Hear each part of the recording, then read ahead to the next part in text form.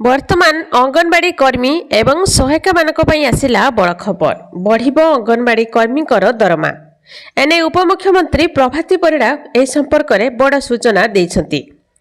तेबे किछि दिन पूर्व ब्रह्मपुर निष्ठ विश्वविद्यालय रे आयोजित 2 दिनिया आंचलिक सुभद्रा शक्तिभिजन सम्मेलन में अंगनवाड़ी कर्मी माने मुख्यमंत्री निकट में सेमानकर दाबी जणाइथिले एवं सरकारी मान्यता सह मासिक 18,000 टंका को वृद्धि करने को सेमाने दाबी करथिले।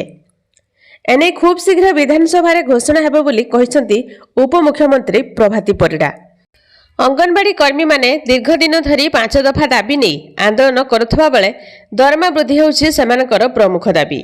सूचना अनुसार अंगनवाड़ी कर्मी दरमा वृद्धि हेबो बोली कहा जाउछि। राज्य में अंगनवाड़ी कर्मी एवं सहायिकांकर दरमा वृद्धि नहीं सरकार विचार करुथिबा सूचना देइछंती उपमुख्यमंत्री प्रभाती परिड़ा। सेपटे जातीय शिक्षा नीति रे शिशु बाटिका रे अंगनवाड़ी कर्मी को शिक्षक भावे नियुक्ति देवा पई दाबी करछंती। आईसीडीएस योजना 50 वर्ष पूर्ति हेबाकू जाउछि, तेणु 50 वर्षरू अधिक योजना को आखि आगरे रखी अंगनवाड़ी कर्मी एवं सहायिका को सरकारी मान्यता प्रदान करा जाउ बोली कहा जाउछि। निर्वाचनी इस्ताहार रे 2,000 टंका भत्ता वृद्धि को पिछला भावे लागू करी प्रदान करा जाउ बोली कहा जाउछि। अंगनवाड़ी वर्कर रु सुपरवाइजर प्रमोशन रे युक्त 2 युक्त 3 तदुर्थ वर्कर मानकू शामिल करी सठिक भावे सर्टिफिकेट जांच करी पदोन्नति दिया जाउ बोली दाबी करछंती।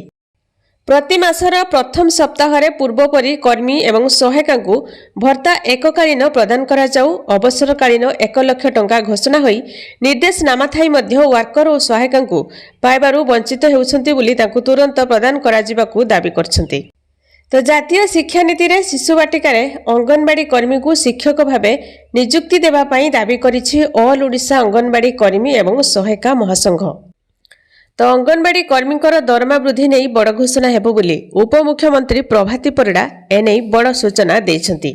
राज्य में अंगनवाड़ी कर्मी एवं सहायिका दरमा वृद्धि नहीं सरकार विचार करछंती।